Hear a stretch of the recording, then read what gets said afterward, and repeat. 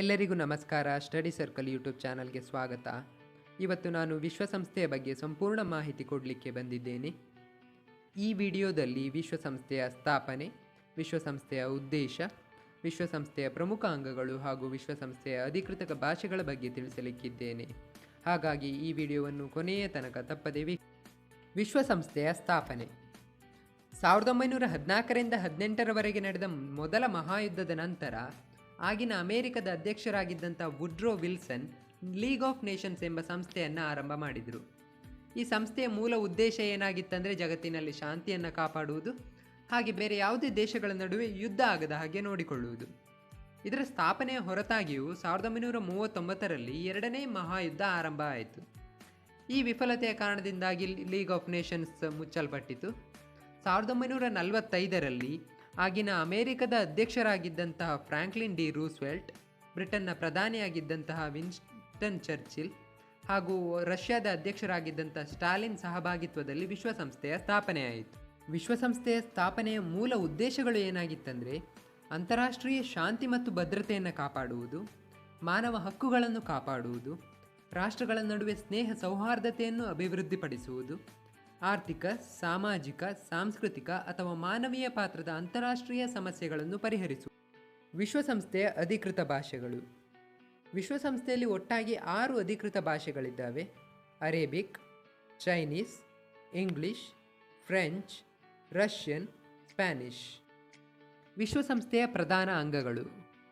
ವಿಶ್ವಸಂಸ್ಥೆಯಲ್ಲಿ ಒಟ್ಟಾಗಿ 6 ಪ್ರಮುಖ ಅಂಗಸಂಸ್ಥೆಗಳಿದ್ದಾವೆ. ಅವುಗಳಲ್ಲಿ ಮೊದಲನೆಯದು ಸಾಮಾನ್ಯ ಸಭೆ. ಸಾಮಾನ್ಯ ಸಭೆಯಲ್ಲಿ ಒಟ್ಟು 193 ಸದಸ್ಯ ರಾಷ್ಟ್ರಗಳಿದ್ದಾವೆ.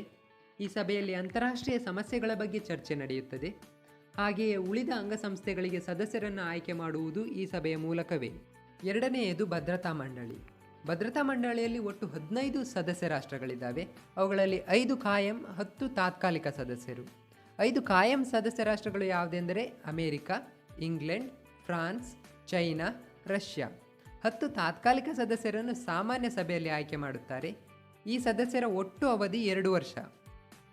ಈ ಸಭೆಯಲ್ಲಿ ಯಾವುದೇ ಒಂದು ನಿರ್ಧಾರ ತೆಗೆದುಕೊಳ್ಳಬೇಕು ಎಂದರೆ ಕನಿಷ್ಠ 9 ಸದಸ್ಯರ ಒಪ್ಪಿಗೆ ಬೇಕಾಗುತ್ತದೆ. ಮೂರನೆಯದು ಆರ್ಥಿಕ ಮತ್ತು ಸಾಮಾಜಿಕ ಮಂಡಳಿ. ಆರ್ಥಿಕ ಮತ್ತು ಸಾಮಾಜಿಕ ಮಂಡಳಿಯಲ್ಲಿ ಒಟ್ಟು 54 ಸದಸ್ಯ ರಾಷ್ಟ್ರಗಳಿದ್ದಾವೆ. ಅವುಗಳ ಒಟ್ಟು ಅವಧಿ 3 ವರ್ಷ. ಜಗತ್ತಿನ ಪ್ರಮುಖ ಆರ್ಥಿಕ, ಸಾಮಾಜಿಕ ಮತ್ತು ಮಾನವೀಯ ಸಮಸ್ಯೆಗಳನ್ನು ಈ ಸಭೆಯಲ್ಲಿ ಚರ್ಚೆ ಮಾಡಲಾಗುತ್ತದೆ. ನಾಲ್ಕನೆಯದು ಅಂತಾರಾಷ್ಟ್ರೀಯ ನ್ಯಾಯಾಲಯ. ಅಂತಾರಾಷ್ಟ್ರೀಯ ನ್ಯಾಯಾಲಯದ ಮುಖ್ಯ ಕಚೇರಿ ನೆದರ್ಲೆಂಡ್ಸ್ನ ಹೇಗ್ನಲ್ಲಿದೆ. ಅಂತಾರಾಷ್ಟ್ರೀಯ ನ್ಯಾಯಾಲಯದಲ್ಲಿ 15 ನ್ಯಾಯಾಧೀಶರಿರ್ತಾರೆ. ಈ ನ್ಯಾಯಾಧೀಶರ ಅವಧಿ 9 ವರ್ಷ. ಅಂತಾರಾಷ್ಟ್ರೀಯ ನ್ಯಾಯಾಲಯದಲ್ಲಿ ಬೇರೆ ಬೇರೆ ದೇಶಗಳ ನಡುವಿನ ಸಮಸ್ಯೆಗಳನ್ನು ಬಗೆಹರಿಸ್ತಾರೆ. ಹಾಗೆಯೇ ವಿಶ್ವಸಂಸ್ಥೆಯ ಅಂಗಸಂಸ್ಥೆಗಳ ಕಾನೂನು ಪ್ರಶ್ನೆಗಳಿಗೆ ಸಲಹೆಗಳನ್ನು ನೀಡುವುದು ಇದರ ಮುಖ್ಯ ಕಾರ್ಯವಾಗಿದೆ. ಐದನೆಯದು ವಿಶ್ವಸಂಸ್ಥೆಯ ಸಚಿವಾಲಯ. ವಿಶ್ವಸಂಸ್ಥೆಯ ಸಚಿವಾಲಯದ ಮುಖ್ಯ ಅಧಿಕಾರಿಯನ್ನು ಸೆಕ್ರೆಟರಿ ಜನರಲ್ ಅಂತ ಕರೀತಾರೆ. ಇವರ ಒಟ್ಟು ಅವಧಿ 5 ವರ್ಷ. ಪ್ರಸ್ತುತ ಸೆಕ್ರೆಟರಿ ಜನರಲ್ನ ಹೆಸರು ಆಂಟೋನಿಯೋ ಗುಟೆರೆಸ್. ಈ ಸಚಿವಾಲಯದ ಮುಖ್ಯ ಕಾರ್ಯ ಏನಂತ ಹೇಳಿದರೆ ಅಂತಾರಾಷ್ಟ್ರೀಯ ಸಮ್ಮೇಳನವನ್ನು ಆಯೋಜನೆ ಮಾಡುವುದು, ಹಾಗೆಯೇ ಅಂತಾರಾಷ್ಟ್ರೀಯ ಸಮನ್ವಯವನ್ನು ಸಾಧಿಸುವುದು. ಆರನೆಯದು ಧರ್ಮದರ್ಶಿ ಮಂಡಳಿ. ಧರ್ಮದರ್ಶಿ ಮಂಡಳಿಯ ಮುಖ್ಯ ಉದ್ದೇಶ ಏನಾಗಿತ್ತಂದರೆ ಎರಡನೇ ಮಹಾಯುದ್ಧದ ನಂತರ ವಸಾಹತುಗಳಾಗಿದ್ದ ರಾಷ್ಟ್ರಗಳನ್ನು ಸಾರ್ವಭೌಮ ರಾಷ್ಟ್ರಗಳನ್ನಾಗಿ ಮಾಡುವಾಗ ಆ ಪ್ರಾಂತ್ಯಗಳ ಆಡಳಿತ ಮೇಲ್ವಿಚಾರಣೆಯನ್ನು ಮಾಡುವುದು. 1994ರಲ್ಲಿ ಈ ಕಾರ್ಯವನ್ನು ಪೂರ್ಣಗೊಳಿಸಿ ತನ್ನ ಕಾರ್ಯಚಟುವಟಿಕೆಗಳನ್ನು ಸ್ಥಗಿತಗೊಳಿಸಿದೆ. ಅಂತಾರಾಷ್ಟ್ರೀಯ ನ್ಯಾಯಾಲಯವನ್ನು ಹೊರತುಪಡಿಸಿ ಉಳಿದ ಎಲ್ಲ ಅಂಗಸಂಸ್ಥೆಗಳ ಮುಖ್ಯ ಕಚೇರಿ ಅಮೆರಿಕದ ನ್ಯೂಯಾರ್ಕ್ನಲ್ಲಿದೆ. ಈ ವಿಡಿಯೋ ನಿಮಗೆ ಇಷ್ಟವಾಗಿದ್ದಲ್ಲಿ ಲೈಕ್ ಮತ್ತು ಶೇರ್ ಮಾಡಿ. ಹಾಗೆಯೇ ಇಂತಹದೇ ವಿಡಿಯೋಗಳು ಮುಂದೆ ಬೇಕಾಗಿದ್ದಲ್ಲಿ ನಮ್ಮ ಚಾನಲನ್ನು ಸಬ್ಸ್ಕ್ರೈಬ್ ಮಾಡಿ. ಧನ್ಯವಾದಗಳು.